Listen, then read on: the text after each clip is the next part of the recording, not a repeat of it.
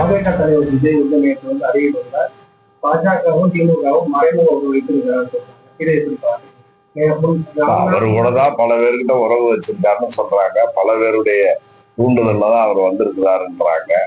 என்ன அவர் யுகத்தை அவர் சொல்றாரு, நம்ம யுகத்தை நம்ம ஒன்றரை கூட செல்ல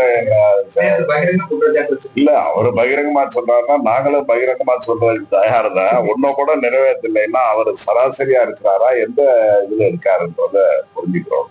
போற இடத்துல சொல்லலாம் சார், எதை வேணாலும் சொல்லலாம். ஒண்ணுமே நடக்கல, ஒண்ணுமே நடக்கலைனாக்க போய் அந்த இதை பாருங்க. அந்த பேருந்து நிலையம் இருக்குது திருச்சியில, பஞ்சப்பூர் பேருந்து நிலையம் பார்த்தா 600-700 கோடிக்கு மேலை நாட்டுல இருக்கிற அளவுக்கான வசதிகளை அதையும் மிஞ்சக்கூடிய அளவுக்கு இருக்கிறதெல்லாம் பண்ணியிருக்கு. அதையும் பார்த்துட்டு ஒண்ணுமே இல்லைனாக்க அவங்க சொல்றதை சொல்லிக்கிட்டா இருப்பான்.